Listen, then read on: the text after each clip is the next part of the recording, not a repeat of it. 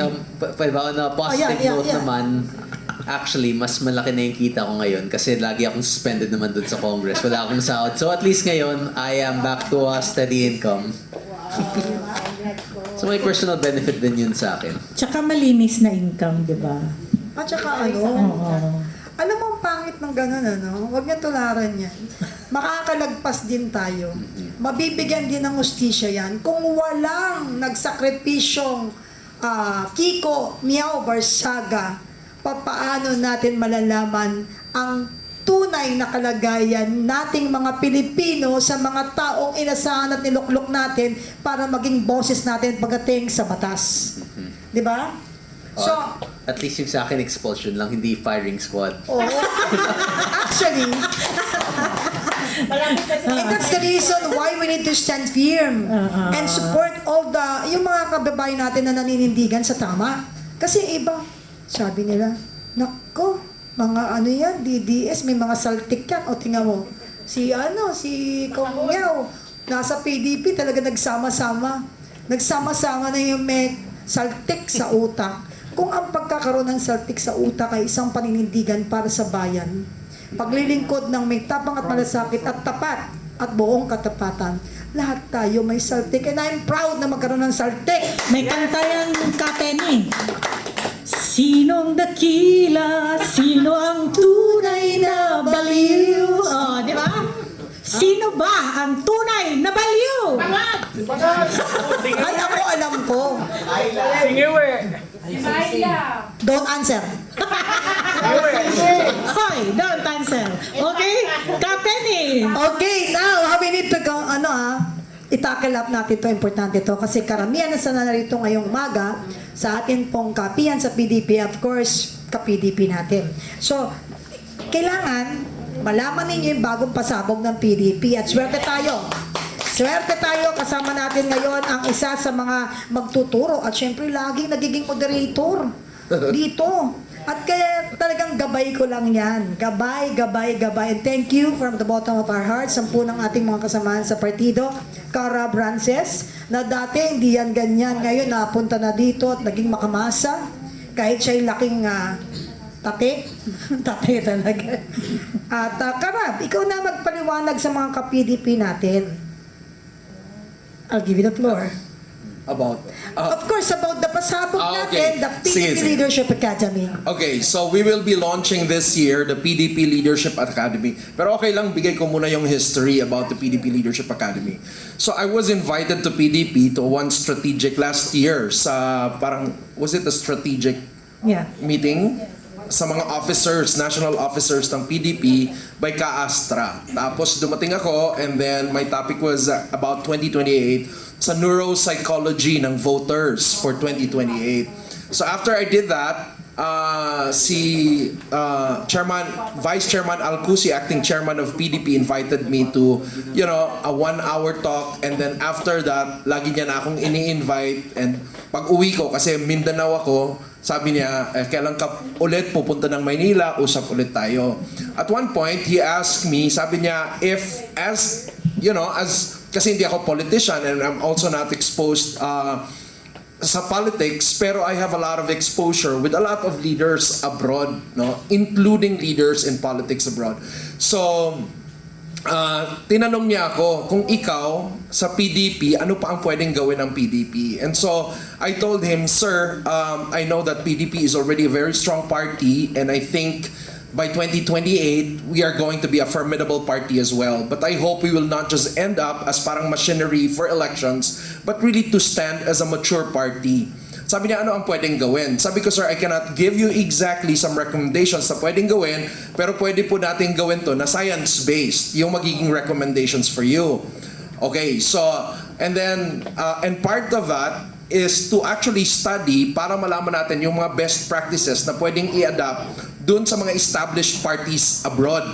So, ang naging contribution, and I told him, 100% this is, I'm doing it as a volunteer, hindi nyo ako babayaran, but the only thing that actually, ang ginawa niya lang is pinadala ako sa abroad to different parties. So, pinag-aralan ko different parties like in Malaysia, also in China, in Singapore, in Japan, and others.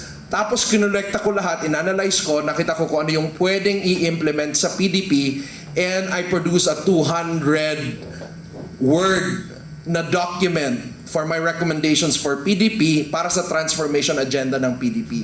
Doon po lahat nagsimula yon. So okay lang, basahin ko yung some of those para makita lang natin ano yung magiging objective and transformation ng PDP.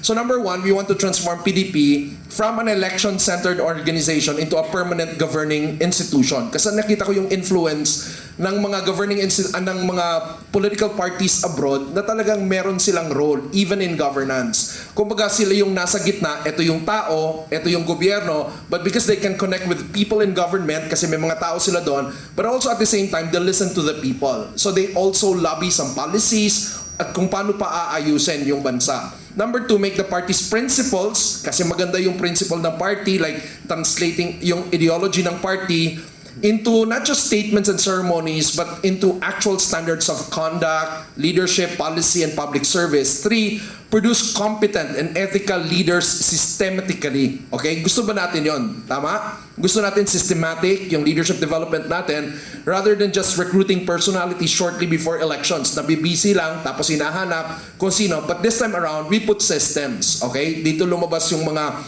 vetting process and all. And then protect PDP from personality, faction, donor, elite capture through transparent rules and hard integrity gates. 5, make endorsement an earned and renewable institutional credential, not an accommodation based on principally on popularity, money, or political convenience. 6, create policy continuity across administrations and election cycles. Hindi lang pa-committed dun sa party kasi may election, but even beyond election, kasi yung mga established parties abroad, pagkatapos mong ma-elect, you are accountable to the party, not just to the government.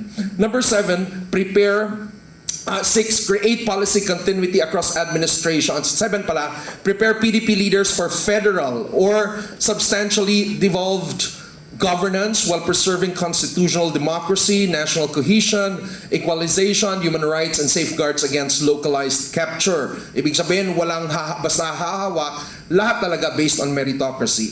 8, extend accountability beyond election day so that candidates remain responsible to the public trust and to the standards under which the party endorsed them. Yung 6 pala na sinasabi ko, gusto natin na magkaroon din yung mga, di ba karamihan ng mga politiko natin, wala silang talagang direction or vision. Kaya ang ini-sponsor nilang batas, yun lang kung saan sila pwedeng kumita. Tama ba? Nagagaya lang din doon sa iba. Dito, gusto natin na yung party may vision for the country, tapos lahat na iintindihan ng mga kandidato natin para alam nila paano i-align yung mga batas nila.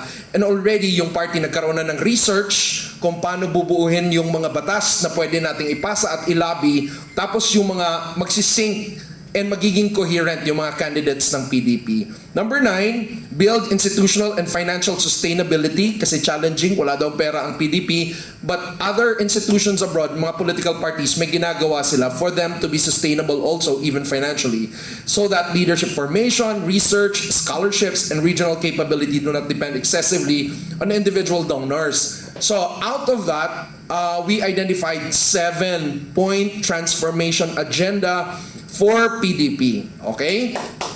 So yung 7-point transformation agenda, number 1, meron ng this election, hindi automatic na member ka ng PDP, ikaw na kaagad yung kandidato because our candidates will go through a candidate vetting, formative accreditation, and endorsement. So, several layers po yon. Number 2 is magkakaroon na ng PDP cadre system and cadre corps. We already have that in place but we will formalize it in a way na meron tayong mga members, i-upgrade natin yung mga members. Kasi yung mga parties abroad na nakita natin that are really functional, aside from members, meron silang tinatawag na cadre. And they basically represent about 15 to 20% of the entire population of the party. Pero ito yung loyal sa party at yung mga kandidato, kinukuha nila. If you're not a cadre yet, hindi ka pwedeng maging kandidato. Kasi dapat intinding-intindi mo kung ano talaga yung philosophy, practices, at ano yung ipinaglalaban talaga ng party. And then number 3 is the PDP Leadership Academy. Ito yung convergence of all the 7 na meron tayo and then we will educate and equip our candidates para hindi lang sila kandidato na sikat, alam nila kung ano ang gustong Pilipinas na makita natin after they win. Because they're supposed to be an instrument of transformation. Tama po ba?